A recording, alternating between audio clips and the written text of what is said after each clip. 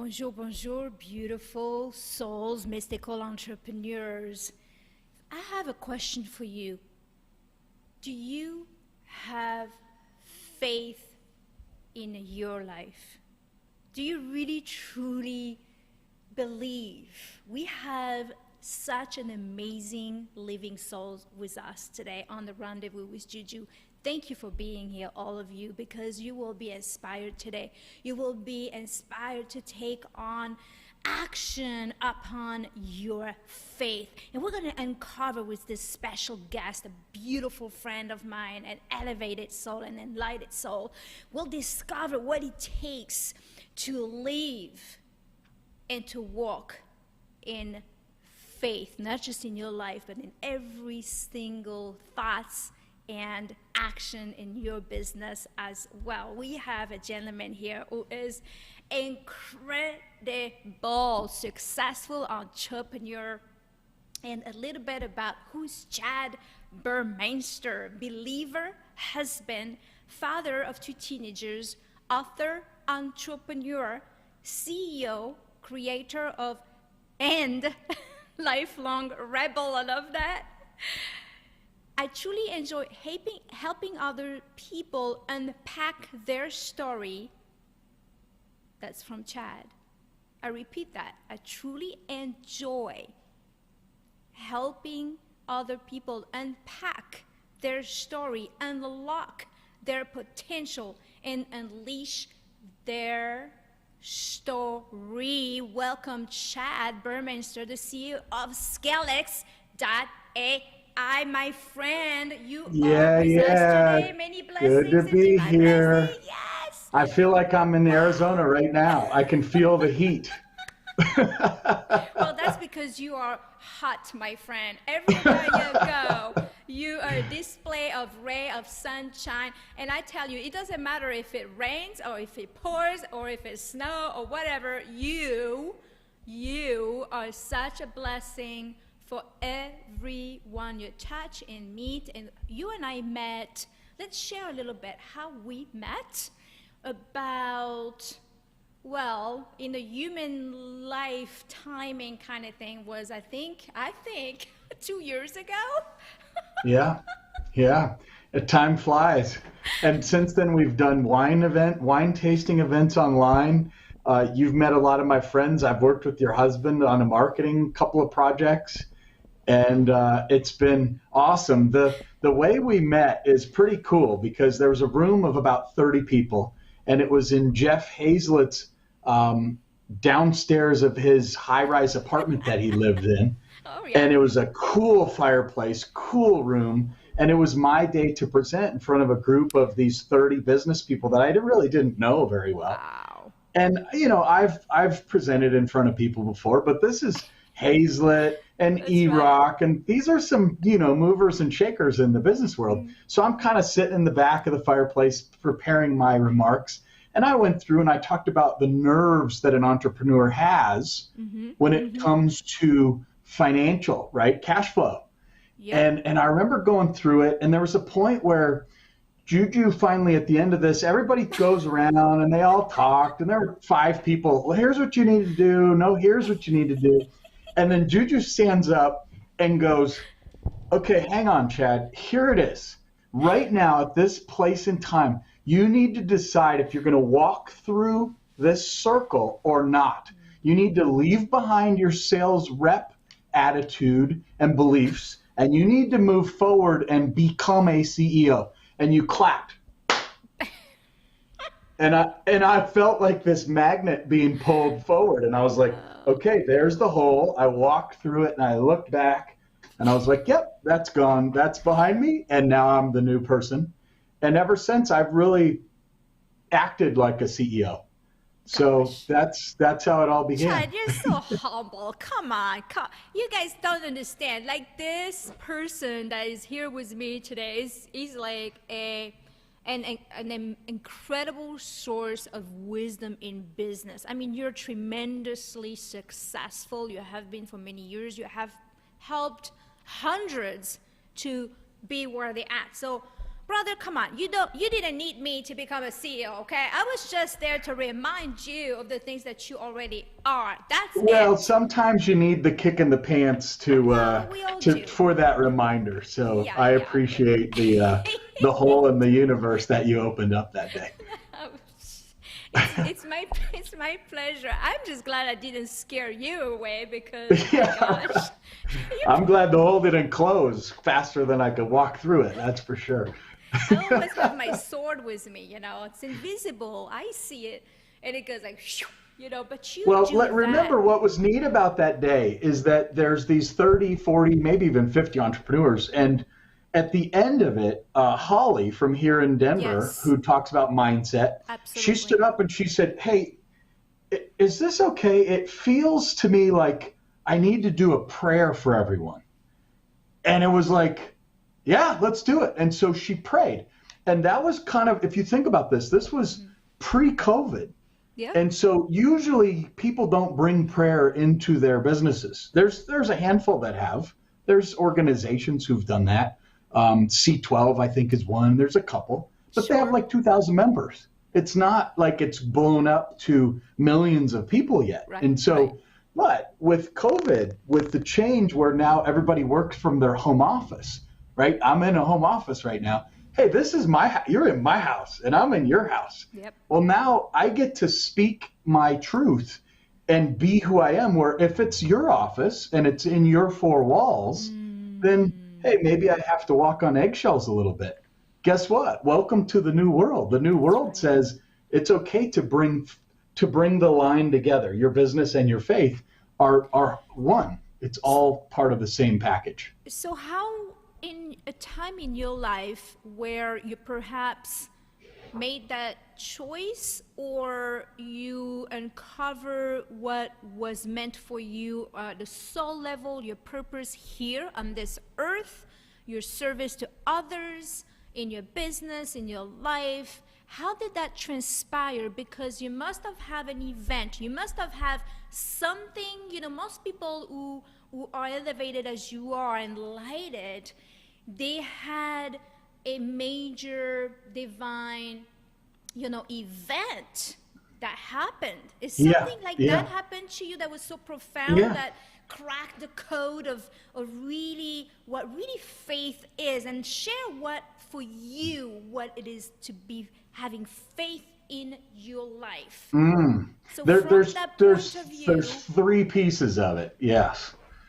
Piece number one is before I was married, I was dating my wife for 4 years. okay. And in those 4 years, we never said, I love you. Like, we dated and we went to the movies and it was really amazing relationship, but we never said that. And then I was in Arizona at Lake Cavesey, and I had a rental car and I was driving to pick up a pontoon boat for the day, and I got head on collided with, and I was in a convertible Chrysler Sebring Classic, and I had two people in the car. Well, my friend got ejected from the front seat of the car and lived, and another friend was in the back seat. And I get out of the car and I walk up to him, and he wasn't moving. His shoe was off, and he just was, I thought he was a goner. And so I looked at him on the side of the road and I said, Brian, are you okay? Are you okay? And he finally wakes up and he goes, dude, how's my face? And that's how Brian is, because him and I were like two peas in a pod, right? We would care about our precious little faces. That's right. And so then he asked me the same question again, where am I? What happened? And he was just blank. Okay. So they air vac him out to Phoenix to go to a hospital. Well, on his way, when I called him later that night, he goes, hey, Chad, who was the person holding my hand in the back of the helicopter? And apparently there was no person there. So he had an angel that was holding his hand in the back of the helicopter. And I've seen angels before, but he never had at this point in his life. His mom's as religious as my mom, has the connection to God as you know, they're both my mother and his mother are. And so he was like, Chad, what do I do? How do I get this angel out of because then it was in his room every night. And so I was like, that's awesome. You should talk to the angel, like interact, because it's okay. He's like, no, I don't know about all this. So he put a Bible on his dresser, and then it moved away after a month or something. But I was like, no, that's cool. I actually saw the night my son was having, or the night we were having my son, he was 3 weeks early. And I woke up in the middle of the night. This was October 17th, 2001.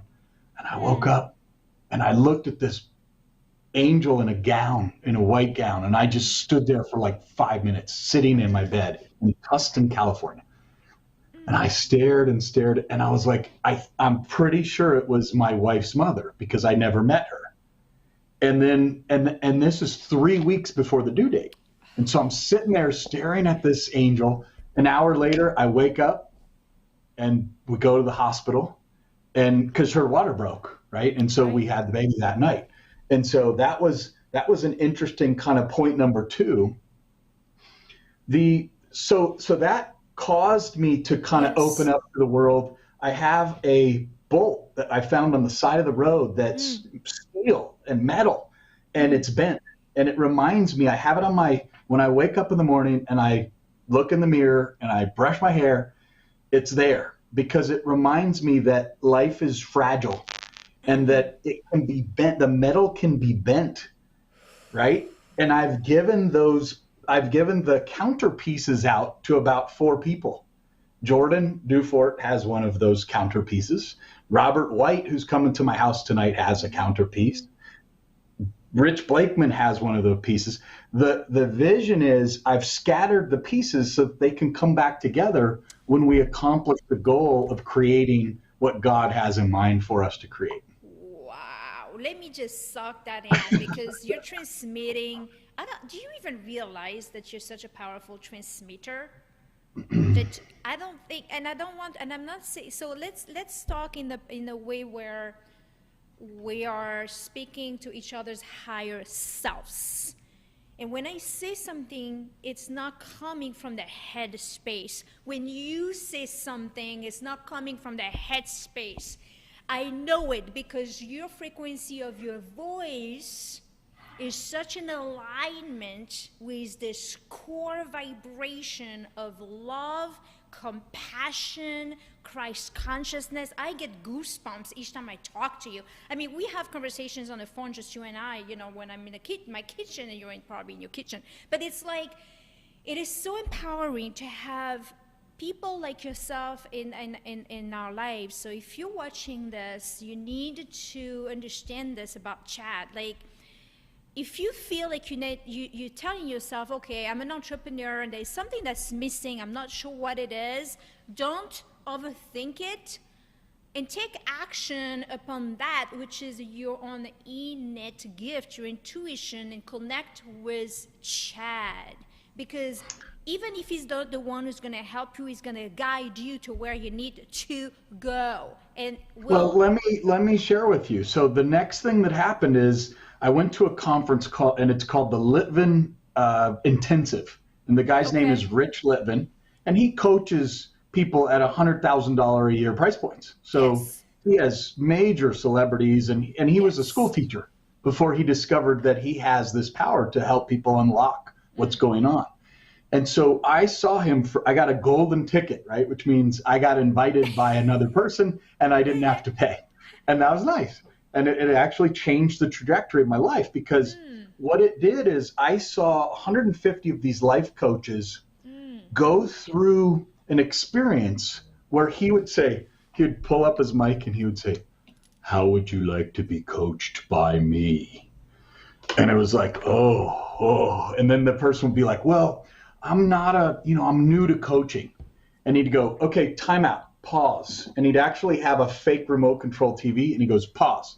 And then he would give permission to talk behind the person's back in front of an audience of 150 people without making that first person feel uncomfortable. So he goes, "Okay, this person is a major head of the United Nations. She has not only coached people, but she has coached presidents of entire countries and transferred billions, maybe even, let me hang on. Is it $1 trillion or more? Yeah, trillions of dollars or more. Okay. And she's like, yeah, trillions. And so okay, unpause. So you were telling me you've never coached anyone. And she was like, well, yeah, I mean, presidents of countries, but, not like a normal kind of coaching. So here's a person who's one of the most powerful people in the world, and she's in a shell of a smaller, body, and yet she isn't in connection and understanding that she has that level of power. Right. So that's one example. I saw dozens of people get up and go through this exercise. So here's what I want to take your audience through today. It's the simple exercise that I've now done hundreds of times with people. The way to crack the code. So maybe we could actually try this. You'll be the victim. Yes. So Juju, tell me about kind of your like college days or that time of your life, 18, 19, 20. What were you like passionate about then? Can you remember those days? So I remember it so well because I was so passionate that I actually couldn't go to school. My passion was more important than the learning from the desire of learning from the stuff from the school, the headspace. I could never go to school. In fact, I never went to school. So that was hopefully an answer that I didn't really know that I didn't want to. I just was not wired to go to school because there's something within me that I already had a knowing, if you will, which I knew that the learning from school would interfere with my mission. So I didn't even have to understand anything. I went right in to this is what I'm supposed to be doing, and this is what I'm at. So there was no understanding. Yeah, I can get that because you were smart enough to know that the school, by ingesting what they would feed you, you would be getting sick. It would not be doing you service. And you knew that because you'd already done elementary school and you kind of sensed it. So you said, I don't need the poison that you're going to give me. I'm going to stay in my lane. Okay, so now let's go to when you were really young. First memories, right? This is where the magic happens because I'm trying to draw a line between now, then, boom, you're 6, 5. It's your first kind of thinking moments, right? Most people don't remember something till they're about 5 or 6. When you woke up in the morning and you were passionate about walking outside and doing something, like what was that fire in the belly? What was the passion that you really thought about when you were 5 and 6? So wait. All right. So you see this, everyone? This is my little tiny guitar that I picked up when I was 5 years old. See how little it is? Because my hands were so tiny. In fact, my hands are still tiny. But this is my guitar from when I was 5, and I carry that along with me as a reminder to never let go of your dreams. The song that's coming to my mind is Robert White's coming tonight, and he was John Denver's close friend. Yes. And so there's a song, This Old Guitar. That's right. This old guitar taught me to love a lady. This old, it's so important. Yep. And then he lost it. He was actually at a live concert and he's talking in his, way that he did. And these girls are like, yay, right on. And they're talking 70s talk. And then he goes, I lost this guitar for about 5 years. And so when it came back to me and it finally landed back in my arms, I wrote this song. So I'm going to play it for you tonight. It's the first time I've ever played it live. And then it's this old guitar, and it's like he's so connected. So here's the thing that your listeners need to understand is that most people are living the life right now that they probably should be because they're just where they are, right? The river took them down the path. There's some people who are maybe just 1 degree off, or maybe they're living the right life, but they don't know that they are.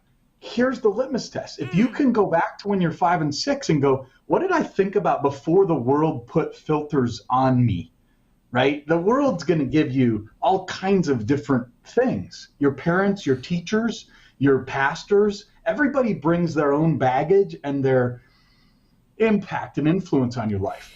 When you go back to that age and you can connect with it and truly understand. Okay, so let me tell you a story of day 4 after the Litvin event. Yes. So I woke up at 4 o'clock in the morning and I hadn't stood up and given my speech. And so, and you don't have to, right? It's if you're called on or whatever, maybe 50 of the 150 actually did it. But I wrote it out on 4 pages. And I cried and I kind of came to terms with my own story in that moment at 4 o'clock in the morning. And I actually could hear in the middle of the night, I'm a salesperson by birth. And I could hear one of those famous, I'm blanking on his name right now, one of those famous motivational speakers that he spoke to me. And I wrote it all down right in the middle of the night, typed it up. And then I realized that I had this story that I told myself that I wrote this in the notes a little bit here ahead of the meeting, that I had a story that my dad didn't love me because he didn't come to my soccer games and my swim meets as much as my mother did because he was a doctor. And so he worked on weekends and he was on call. And so that was no fault of his own. It was just work. And as a result of his work, I had a pretty good life. I was able to buy a lacrosse stick and go to school and have a nice TV and live in a nice house. So, but I had to face that. It's almost like in Star Wars where Luke goes into the cave and he had to face that, right? And so I'm writing it and I'm just like, so what did I do as a result? Well, in high school, I got a mohawk. I shaved here and I spiked up my hair to 1.5 feet tall, right? And that's how I became a rebel. And I had a nose ring and I had 3 earrings and I lived in a really nice neighborhood, but I was like, nope, I need you to see me, And so then I went to this rock concert and I was kicked out on the pavement and I was laying in a puddle of vomit on the pavement, right? This is being real. And my dad pulls up in the brown Ford Bronco, and he's looking at me. And he probably thought like I thought Brian didn't make it from that car accident I told you about. Yep. And so Dad comes up and he probably thinks, Chad might not make it through this, whatever this is, right? And then I moved, and then he teared up. And at that moment I realized, he loves me, right? And so that was just super important. So I shared that with him. He never knew that. And that was my problem. I never shared that with him. And so when you hold your stories in and you create story on top of a story, then you're just making stuff up. Like, have the conversation, understand it. I've heard you say sometimes, hey, people don't need to meditate. They just need to be in the moment. And where I would challenge you a little bit there is that most people don't have your ability to snap and understand and see everything going on. Correct. And so they require the conscious uncompetence first, recognize that there's other things going on in the world. That's right. Then they need to move to conscious competence. Oh, I'm thinking about why my dad didn't come to my games because he was busy. Yep. And then you move into unconscious competence and you go, Dad actually traveled the country, came to every single house that I ever bought, built the workbench, was there for every birth of my kids. Like, he's done everything. He was there for my MBA program. And so now not everybody has that luxury, that it was just a lie, a story you told yourself. Sometimes it really is bad and you have a dad that's abusive or whatever. So now here's the next level of connector. You need to realize that you have another dad because somebody else created you. You're not just here by chance. You are created with a purpose. And so the connection to your divine Father, no matter what's going on in your life, if you can remember that you've got this creator of yours, he cares about you no matter what. And so guess what? It turns out my dad did demonstrate that, and I'm so lucky that he did. But your creator gave you that. Like, he made you. You're perfect. There's nothing wrong with you. You're perfect. If you can breathe and you can see, you can feel, you can touch, you can taste, like, that's not an accident. I remember there's an atheist once that said, you know, if you threw up a box of toothpicks that has 1 million toothpicks in it, the odds of a person actually being able to live, breathe, and talk would be like standing all 1 million toothpicks on top of each other.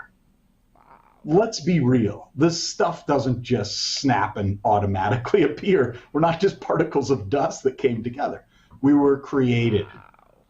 Oh, yeah. Chad, I just love you. I love everything that you're about. Like, again, this transmission, you know, it is the truth. And it's tough because there's a lot of us out there that are fighting that, which is the inner me, which is the enemy, you know, and it's like they want to see it to believe it, right? What do you say to those people? It's like, well, I will believe it when I see it. When it happens to me, when it happens to me in my life, you know, then I'll believe it. So at the end, after I did the discovery, I'm smiling ear to ear. And it's 7 o'clock in the morning after I woke up at 4 and I went to the event. I'm sitting out. I'm like, I'm done. There's a half day left, but I got what I needed. Well, this other guy sits next to me. He goes, you mind if I sit next to you? Pre-COVID. And he goes, I said, yeah, sure, go ahead. And I said, did you get what you're looking for? And he goes, not quite. I said, oh, okay, tell me more.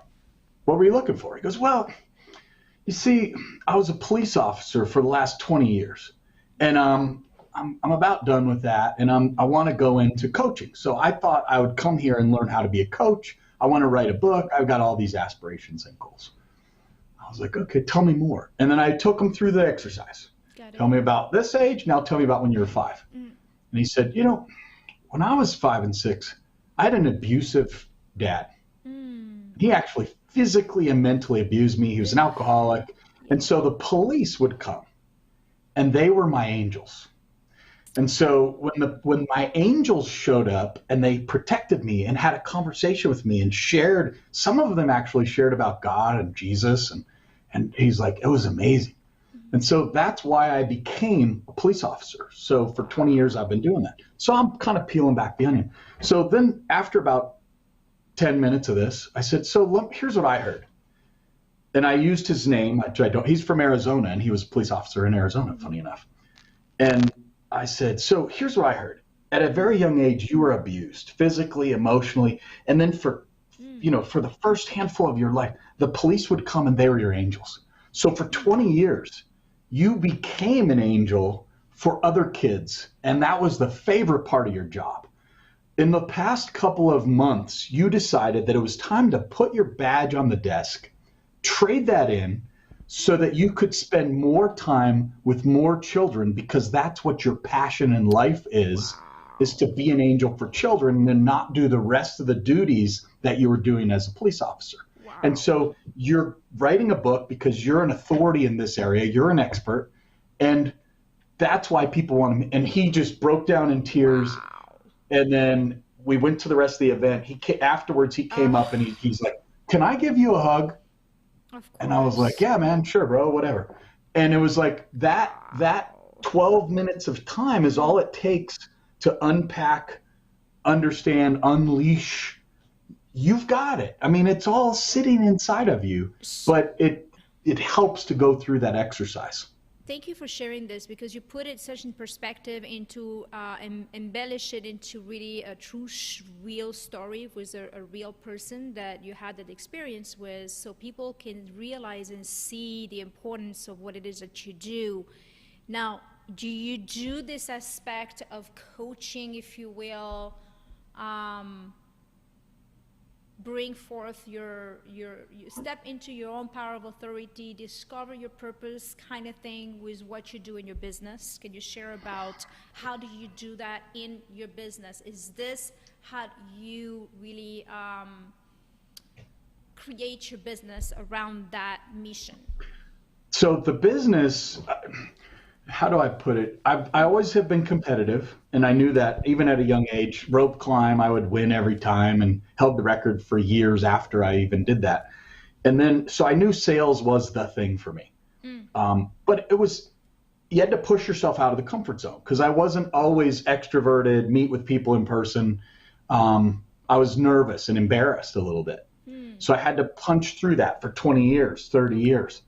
And as I got better and better at it, it was, even though it was out of the comfort zone, it became one of my strong points of helping people distribute their message. So email, social media outreach, building a website, just basic selling 101, but I'm better at it than most everybody else because I can accelerate the ability for people to go to market 10 times, 20 times, 50 times more touches than most could do.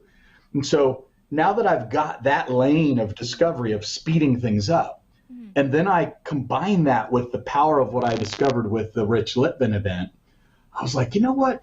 That's what we need in this world is first let me unlock your superpower. What is your thing that just you're happiest about? And how do you stay in that lane? And then how do we combine that with the fast forwarding of the tape using artificial intelligence and automation? Right now you go faster to market to get the message out. And that's what we do. We help people figure out their story and then go attack the world with. Wow, that's incredible. So that's what ScaleX.ai is all about. Yeah, right. Here's an example. Arizona, there's a lady named Jessica De La Cruz. Okay. She came to our first inaugural Living a Better Story retreat. Okay. So Living a Better Story is all about, here's my old one, here's what I recognized, and now I'm, it's AD, right? It's like before and after. Sure. And, oh, wow, now that I'm awake, I understand what I should be doing. So she comes to Living a Better Story, and she was invited by Deb Brown-Maher, who wrote a book called Sell Like Jesus, which is a pretty cool book, actually. And she's a principal at Ombudsman. Ombudsman has 240 kids that were asked to leave their current high school. So, hey, Juju, great to have you here. You can't do what you did. You got to go somewhere else. Right. And so she's their last line of defense. Remember, I had a mohawk. In fact, at one point, I almost was asked to go to military school. And a teacher averted that crisis. Said, hey, Jan Glenn, Chad's a pretty neat guy underneath it all.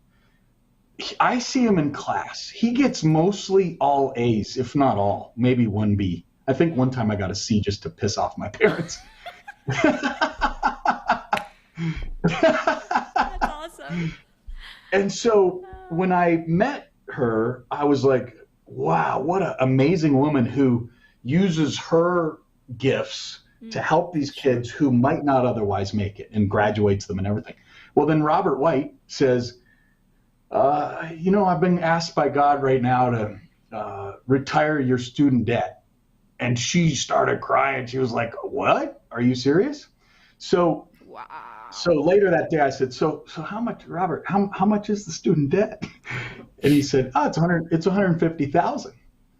And I was like, holy moly. Okay. God, I want to help here. I better think bigger. So I was like, I've been praying about it a lot. Like, God, what do we do? I need your help here. I can't do this alone. Yep. Well, remember what I just said is take the story, accelerate it. Okay. So on Monday of this week, I've got this LinkedIn outreach program and I have 18,000 first connections.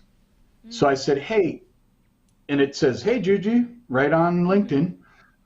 Really appreciate if you have a minute to check this out. This is Jessica De La Cruz. I've written up her entire story and, please, would you give me a minute and read it and then go to the GoFundMe page? And guess what? Up until now, we've raised $4,500 up until Monday. And it was like at a plateau because I was 1,000 of it and someone else was 500 and then it went to 250 and then it went down. These are people who are giving whatever they can. I turned this on Monday. It now has $6,700. So every single day, we're raising $300 to $400. So I'm going to come to Arizona June 10th through the 13th, and I'm going to print out one of those big checks that they do, and I'm going to say, okay. And it's because when we talked about faith, how do you have faith? It's because I have faith that if that's what's meant to be, then that's what will be. It's just as simple as that. It's if you think about when you play a video game And it's like you have another life and another life after that. And if you go into a room and you get, Legend of Zelda or something, and there's a gem, or you watch The Matrix and you say, give me the download of how to fly the helicopter. Time is just an imaginary thing. And so if I had all the time in the world, I could program myself to go beat Tiger Woods in a round of golf. I've used that story, and I know I'm going all over the place here, but this is fun. It's okay. Don't just be... I told Arjun Sen, our friend, that story, and I go, yeah, I've always believed that you could beat Tiger Woods if you really wanted to. And he goes, funny, Chad, I actually did one day. Huh? And I was like, wait a minute. I've always told this story because I have faith that if I wanted to, I could. He goes, yeah, now, I didn't beat him at Augusta. And Tiger goes, yeah. And he signs the card. Whenever someone beats him, Tiger signs it and hands it over to him and says, yeah, here, I admit it. You beat me. Now, you won't make the tour. You caught me on my worst day of golf, and this was probably your best day in the history of your playing golf. You won't make the tour. Like, you're never, but you did beat me. And that's what I've always said. I couldn't beat him. Well, I can't say couldn't. If I wanted to go make the golf tour and beat him at Augusta, that'd be freaking hard. But you have to believe. The belief is the most important thing in your life. Belief.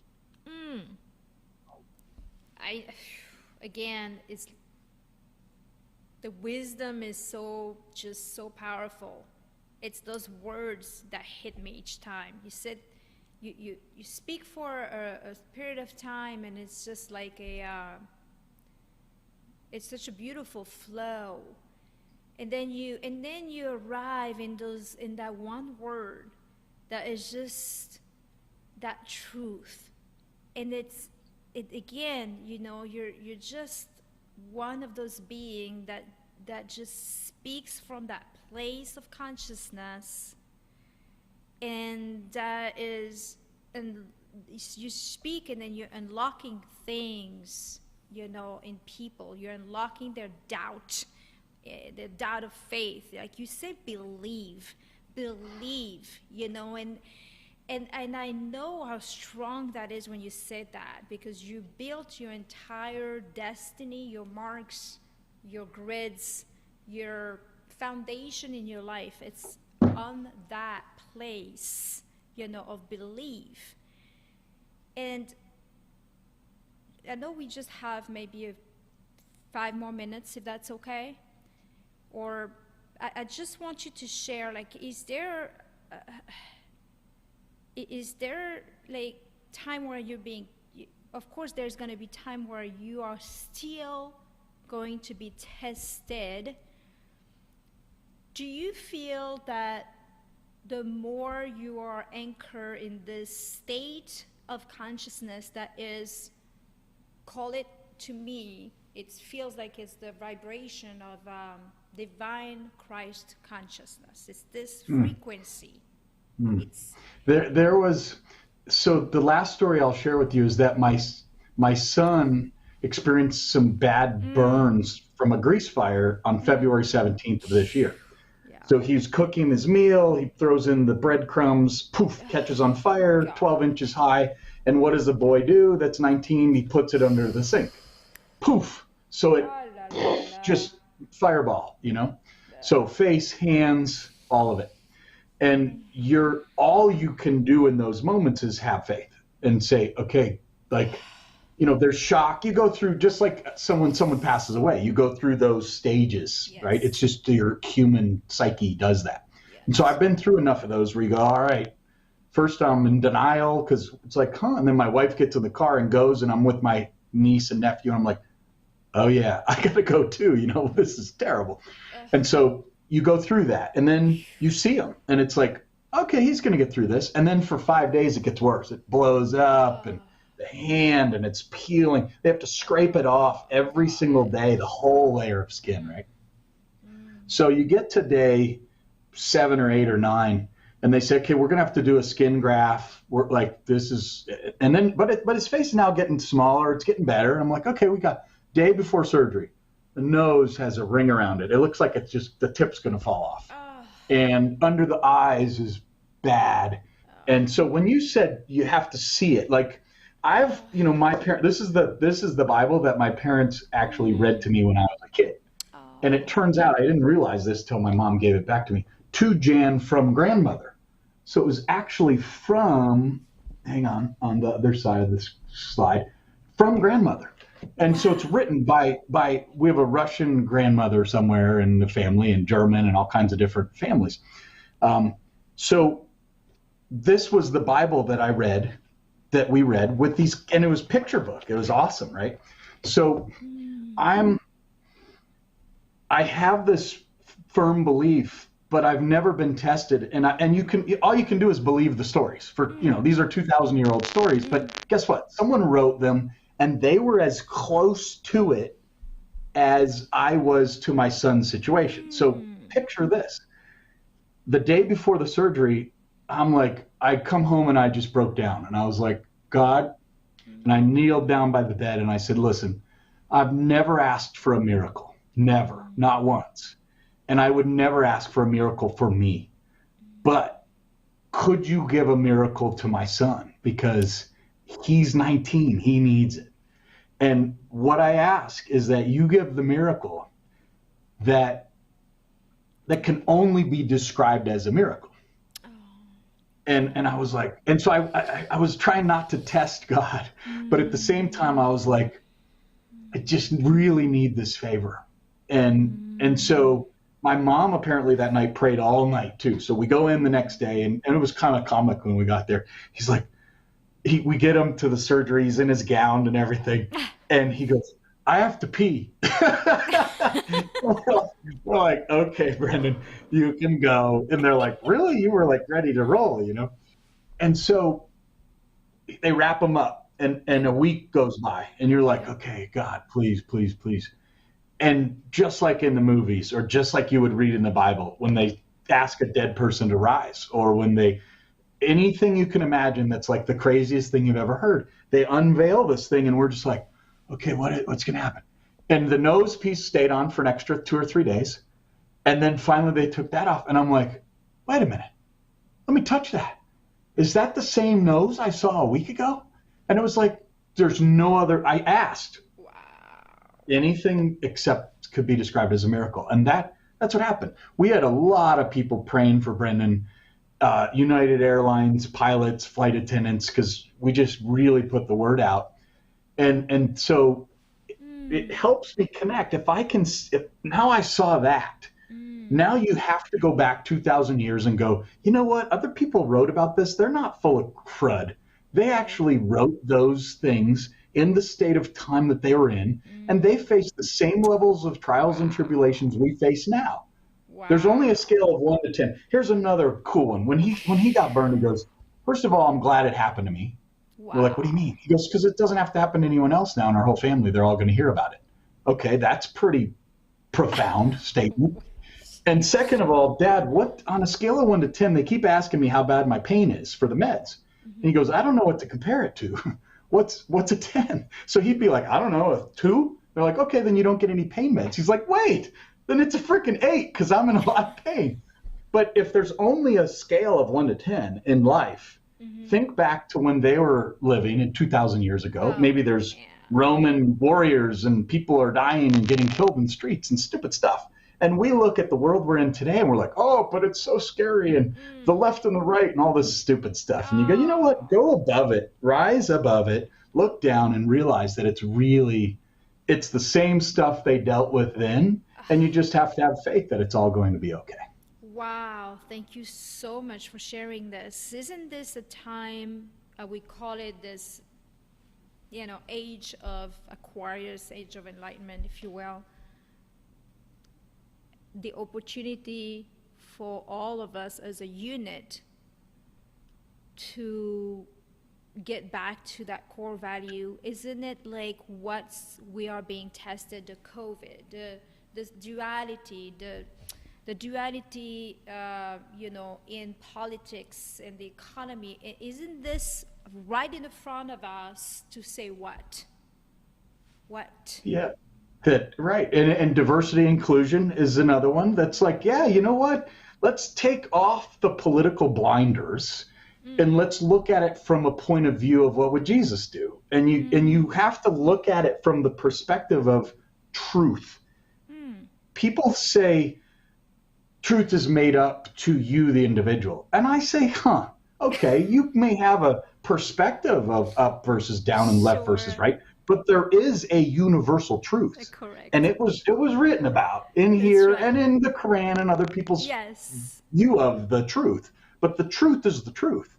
And I think that's what we need to come back to in society is, right, like every company's going to need a new CEO. And it's called a chief ethics officer, because when AI gets put in, they're going to need a counterpart to make sure that the ethics are followed properly. Wow. So where in your expertise in business and the things that you put together, the technology, the AI, do you see a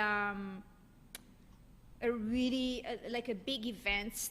I feel like there is something about to really crash when this technology is going to come over and it's going to take over.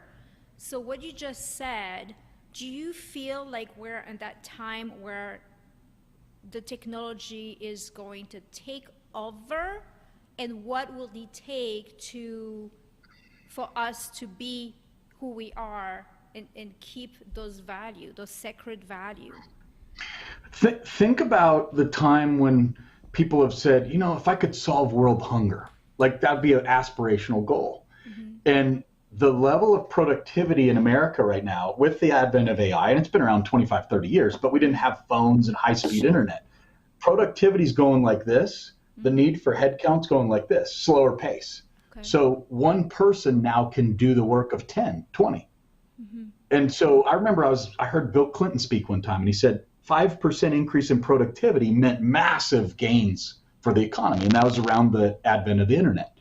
And that was huge. AI, I believe, makes that curve go up so high that this whole concept of universal basic income, which is in my family would be looked at as, what do you mean? That's, we're conservatives. We can't think about those kinds of things. But if you look at it through God's eyes and Jesus' eyes, hey, we want to solve world hunger here. We're not about, so I think that's actually where things could go if driven properly with a co-CEO, chief ethics officer, who speaks from the Bible, not from the mind, and says, how do we implement this so that capitalism still is an okay thing, because it causes people to want to, work hard and the American dream and all that. But so I'm not making a statement that everyone should be equal. Don't mistake my words. That's right. But we can probably, because now the productivity levels, I think if done right, there's a way to make sure that God's children are served properly. That's amazing. That's what I think. But it's an interesting tug of war until we get to that place. Yeah, but it's what's happening, I feel, too. This crack that is, this gap that is actually becoming wider and wider, but in fact is for the highest good. That's what I'm seeing. That's why I never really fear anything or fear situations or see things on TV. I don't really fear that. I just know that it is for the highest good. And that we are on the path that is the higher path, and we are experiencing I truly feel it, in my being, that we're experiencing our evolution, our own human evolution, which is ascension to God. This is where we at. We're that edge. This is what I'm feeling. Let me leave one concept with your listeners. There's an app. I'm going to build an app, but until it gets built, there's an app called Good Habits. And it's on an iPhone. I assume it's probably on another app, Google, whatever. Good Habits. I think it's free. And it lets you put in what are the habits that you want to follow. Now, when I prescribe the habits, it's going to be, first thing when you wake up, a simple prayer, right? Like, God, make this day what you want it to be for me. It could be as simple as that. Yes. Then for me, it's workout is next. But then follow, like, follow and act according to that, then read a verse in the Bible. It doesn't have to be pages or chapters, just a verse, and randomly flip to one, because guess what? The odds are good that it'll line up with what you're thinking about, you know? Oh, wow, I needed that today, right? And then so you've read the Bible, then pray at night. But the key is to listen, right? You're asking, you can tune into the frequency. God, what is it my prayer at night is, your will be done. Simple. Like, God, okay, your will be done. I don't ask for, hey, I need more food, I'm a little stressed at work. You can do that if you want to. I just say, where am I supposed to be? And so I booked a trip in June to Atlanta to be on God Made Millionaire show. I got asked to be on there. And and I called the trip God's business. Oh. It's like, it's not mine. I'm just exercising God's business. You're just downloading. Yeah. Oh my gosh, that's incredible. So this will be your app? You're building an app? It's ultimately, I believe I cracked the code on the name. Well House is probably the name of the app when I roll it out. Because my son and I came across this well house at the foot of the mountains, and people used to drive their cars up and the radiator would go bad. I finally saw it. You sent me the picture. It was amazing. Yeah, so I've got a designer working on the logo, and it'll probably be called Well House, because you come to the well house, and when your radiator goes out, it leaks, you know, you need that. So this is a place to recharge. You just follow the directions. Incredible. Pray, because every human has 60 to 80,000 thoughts a day. Yes. Most people, 60,000 are negative. So again, go above yourself, look down and go, that guy has 60,000 negative thoughts a day, and most other people around him do.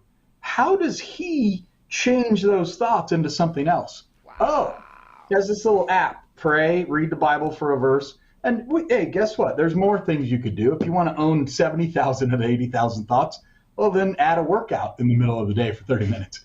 That'll get your mind off those negative thoughts in a real hurry. That is incredible. You know what I love most about this, Chad? First of all, you created it, number one. Number two, it's so, well, I don't have to apologize for what I'm saying. It's my show. So it's so freaking simple, you know, and it's like the simplicity that amplify the nature of the essence of the truth within itself, that everyone can apply. Doesn't matter who you are, what color you are, where you come from, what language you speak, you can apply that. Everyone has the connection. All you have to do is ask. Believable. Yeah. Yeah. You know, in our DNA, there's two languages, right? There is the Sanskrit, and then there's Christ language. And I learned that from, Greg Bratton. Our DNA words, in our DNA, all of us have what? I am God. It's written within the DNA, you know, and it's like, right, inside of you, right? It's like you're powerful because yes. Well, and then I saw this great one I posted on Facebook last week, and it shows a picture of a kitty and then a picture of a lion. And it says, me after I pray. That's roar. And so I posted, of course, meow. Meow. Well, I mean, you know, it hurts the ego. It's like this big, tough business guy, you know, oh, God forbid, he doesn't want to think of himself as this vulnerable being that surrenders and connects to that place of God, and you know, that connection. But this is the time to wake up to that being that we are the compassionate ones. We are here to create heaven on earth. That's exactly what we're doing. You know, even in those conversations are very powerful. Tell us about the event that's coming up, and how can we invite those that are anywhere at all that could be there, and then in Arizona as well. So if you're watching this, you're in Arizona, pay attention for the next few seconds. June 10th through June 13th, we're going to be in Arizona. We are getting an Airbnb. We've got our eyes on a couple so far, and we have Robert White coming, who has graduated 1.3 million people from his mindset courses. So his job is to come in and help you uncover, just like we did this small exercise for 5 minutes today. Imagine 2 or 3 days of that. Wow. And so he unpacks it, he defragments the hard drive. Now you're defragmented. Okay, what's possible next? How do you live in the moment? How do you go next? Well, then Arjun comes in, and Arjun Sen works with fabulous people with branding. So now that you've understood and unpacked, then Arjun comes over the top and says, let me show you some things about branding. You, Juju, are one of one in something. And he helps you get under the hood to say, what is it that you're one of one at? Right? Like a snowflake, like a piece of sand on the beach. We're all one of one at something. What is that? And then boom, now that you've got it, now you go out to the world. And then that's where a lot of people afterwards call me and say, hey, Chad, this AI thing for reaching out, now that I know my one of one, can you help? Yeah. And I set them up with a virtual admin to reach out. I got Daryl on 2 TV shows. One's national that's coming on this afternoon. And it's because he came to the event, we helped him unpack, and he didn't need much help. He's already helping other people do it. But then we get him on a TV show. So 3 days, 10th through the 13th, myself, Arjun, Juju's going to make a few guest appearances and bring the guitar from when she was 5 to play some amazing tunes. And it's just, I think of it like a fire pit. I've got one in my backyard. That's how it started. Started COVID. It started with me and one person. Then it went to me and 2, me and 3, me and 5, me and 12. And then that's what we had at the Living a Better Story, Utah, about 2 months ago.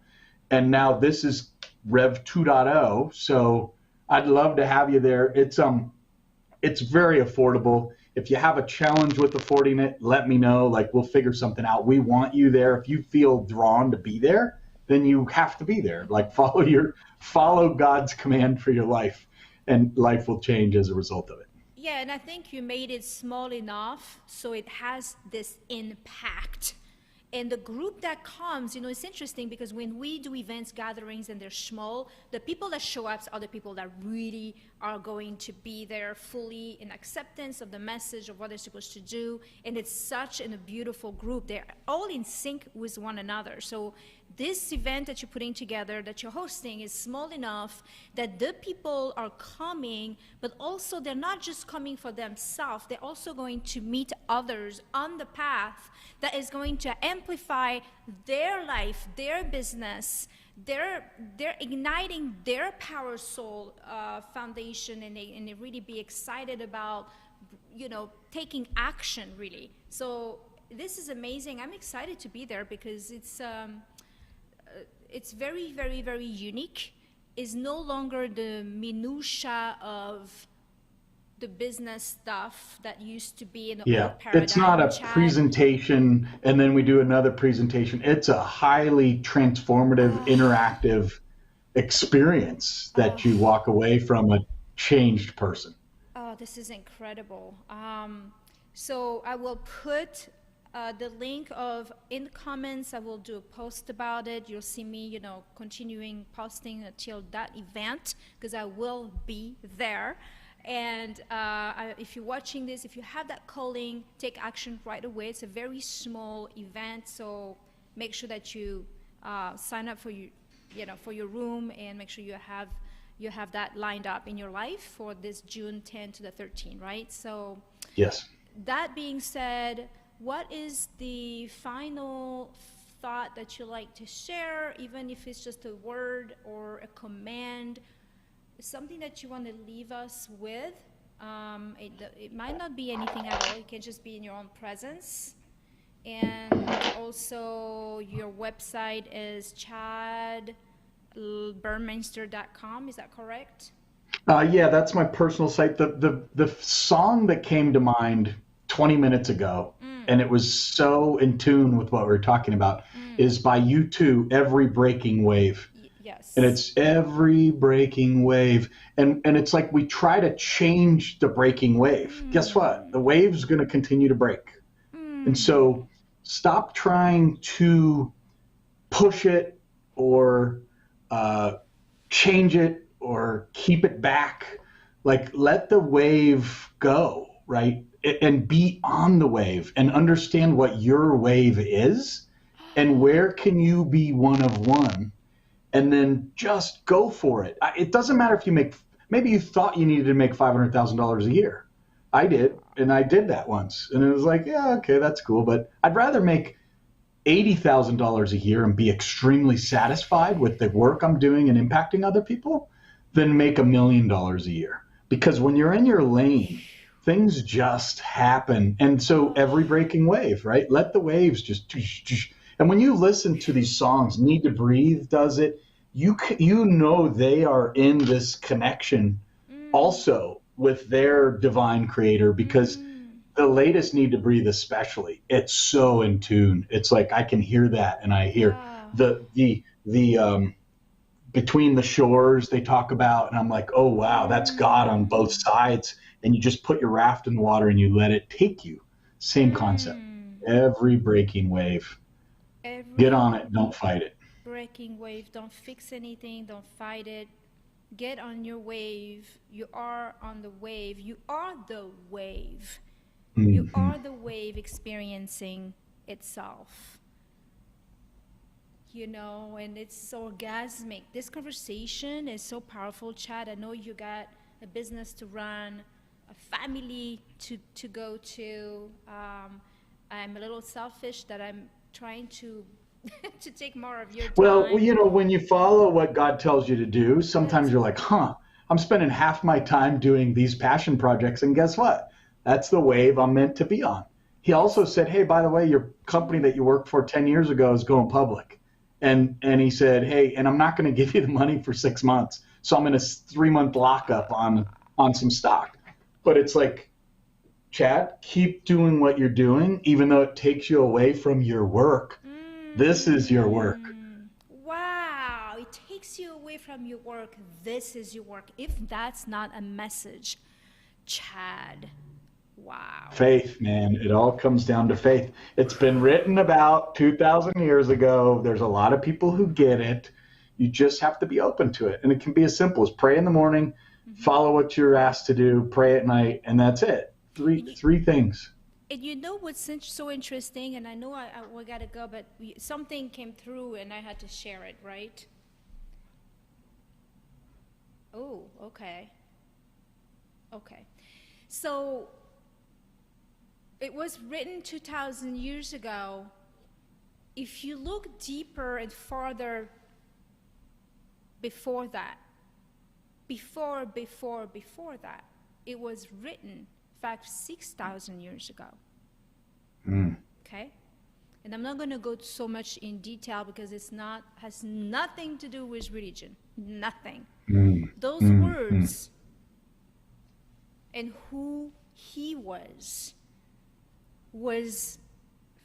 from a place beyond that, 5,000-6,000 years ago, in the Himalayas, that this message was built upon. And I'm going to leave that because people have to have the faith on the discovery process pieces, who we are, that we are multidimensional being. Even though it's written in that book that it was 2,000 years ago, something unlocked us way before that. Sure, right. Just because it was written at that place and time doesn't mean there were things that didn't happen before that. Yeah, totally. And it's so beautiful. It's just a powerful message that keeps on going, that we need to live by. Really, it's a living momentum. It's like the pieces of the puzzle that it's already all together. We don't need to fix anything at all. There's nothing to fix. Like Chad said, ride the wave. Ride your wave. Find your wave. For that, if you're not sure what wave you're riding on, and you want answer, come and meet everyone June 13, 10, 13. Be with us. Be with those who can unlock those answers that's already within you. See, the magic is that they're not going to be able to teach you anything really from a headspace point of view, because you already have the answer. All they're going to do, they are masters at pulling the things that are already within yourself that you don't yet admit about. So they're removing the excuse for you to walk in there and to embody who you were designed to be and wired to be and ordained to be all along. So this is why you need to be at that event and stop making excuses about the things that you can't do. And it's with love, it's really with love that we, right, that we invite all of you. Yeah. So yeah, you won't be embarrassed or feel anything. No. It's the most amazing. You know, I'm a business person. I like to work out, and you know, and I'm not a soup. My brother-in-law is way more emotional than I am, and yet when you come into these events and you walk out, it's like coming out a butterfly on the other side. I mean, it's just transformational. it's So incredible. I hope to see everybody there. If it really hit you today, then you just, you know, find a way.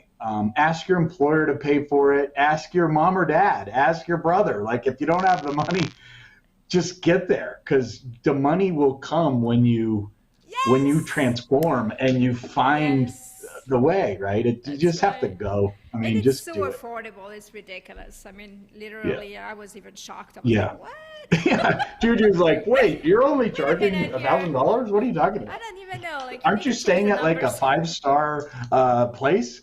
It's not about the cash flow for this business. It's all about transforming and seeing people, you know, come out of their shell. Oh man, I can't wait.